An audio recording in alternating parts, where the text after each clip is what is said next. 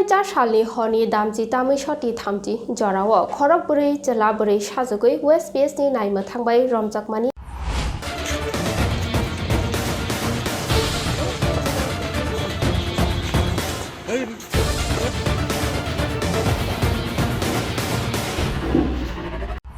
Koktuma thumnai rokni bisingti koktuma awai khlaijakmani a salni patimuni gubai kok tamongkha a kokno tei kok phirogoi tangsalo agotala press club koktuma thumnai rokni kokthum pandawa achukha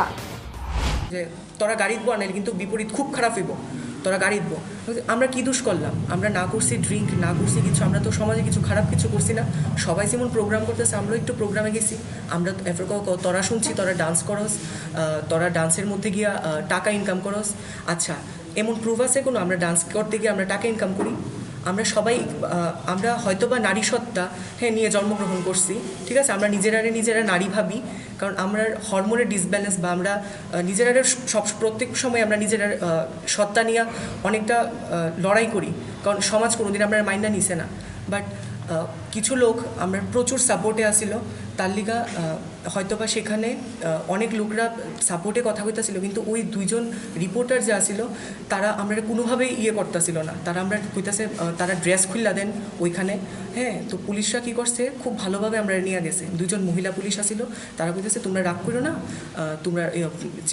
পুরুষ police তো তারা একটু করো আমি বলছি না ma'am আমরা তো কোনো দোষ নাই আমরা শুধু কেড়ে ধুরা নিতেছে ও এখন তো লকডাউন 9টার দিকে আমি বলছি 9টার দিকে লকডাউন এরপর তাইলে অন্য মানুষ সাথে চলতেছে ও না চলো কিছুই তো না ওখানে তোমরা ছেড়া দেব তারপর নিয়ে গিয়া ওইখানে আমরা ভিতরে ঢুকাইলো ওমেন্স পিএসএ ঢুকানোর পরে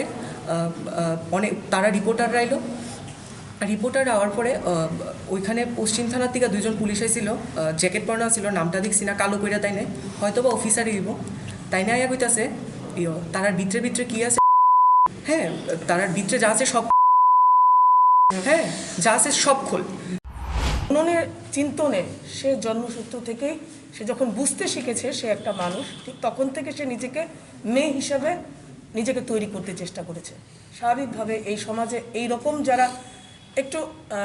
মানে অস্তিত্বের লড়াই করে তারা স্বাভাবিকভাবে একটা উইকার সেকশনের মধ্যেই পড়ে এই উইকার সেকশনের সাথে আমাদের সমাজের যারা শিক্ষিত অপেক্ষাকৃত যারা বুঝে যারা প্রশাসনিক দায়িত্বে আছেন তাদের করণীয় কাজটা যেটা আমরা দেখলাম সোশ্যাল মিডিয়ার মধ্যে এবং উনি একদম যথার্থ বলেছেন নেগেটিভ ওয়েতে দেখানোর চেষ্টা হয়েছে এটা অন্তত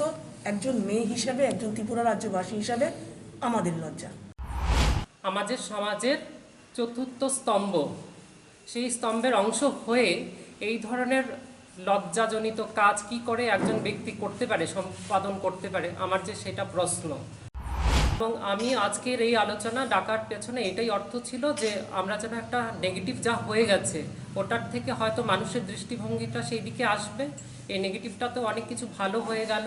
যে মানুষ এইটার দিকে তাকাতে পারবে যে এই রকম মানুষরাও এই সমাজে আছে এবং তাদের ব্যথা বেদনা তাদের ইচ্ছা আকাঙ্ক্ষা তাদের জীবনধারাটা কীরকম হয় সেটা সম্বন্ধে জানা উচিত এবং সেটা মানে দূরে ঠেলে দেওয়ার মতন কিছু না সেটার পাশে দাঁড়ানোর জন্য এবং তাদের সমবেদনা একটা ভাব দেখানো তাদের সাথে হয়ে তাদেরকেও সাথে নিয়ে এগিয়ে যাওয়াটা আমাদের কর্তব্য।